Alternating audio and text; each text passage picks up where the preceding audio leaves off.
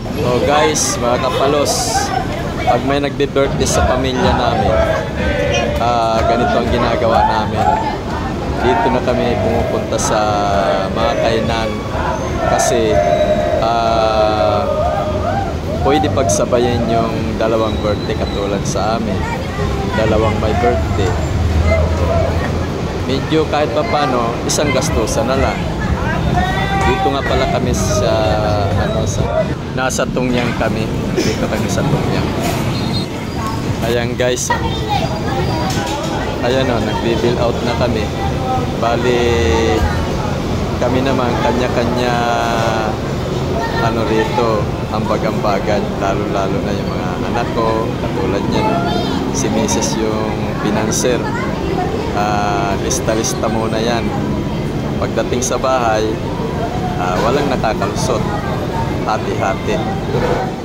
Pero maganda kasi una-una, hindi ka na magluluto pagka ganitong sa kainan. Pangalawa, hindi ka na maghuhugas ng mga plato. Kaya okay yung ganitong sitwasyon pagka gusto nyo mag ng birthday-han. Isang gastusan lang. Tapos wala, pagkatapos pwede ka na umalis. Wala na kayong iintindihin ng mga kung ano-ano. Pwede ulit mamasyal kung saan-saan kayo magpupunta. At least nairaos yung birthday.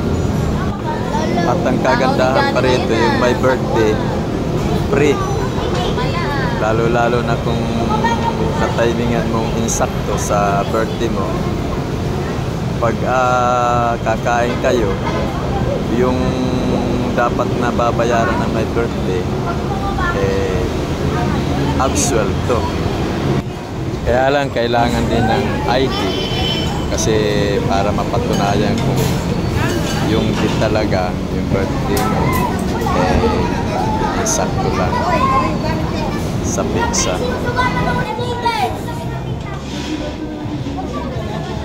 Sauce lang nun, malapit doon. Toyo, parang kulay toyo. Ay, gamit ko lang namin. Yung katabi nun.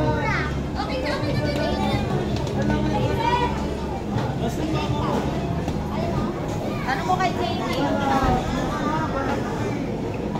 Ano na si JP? JP! JP, liga! Ilang mo ate? Ano mo si tita mo ng Ikuman sauce, yung para sa Ikuman sauce sa sushi.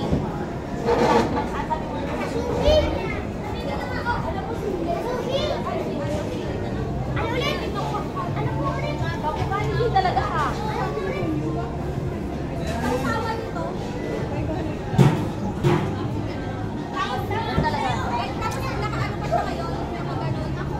Magkamukha, magkamukha, di ba? O, di ba? Magkamukha mo yun.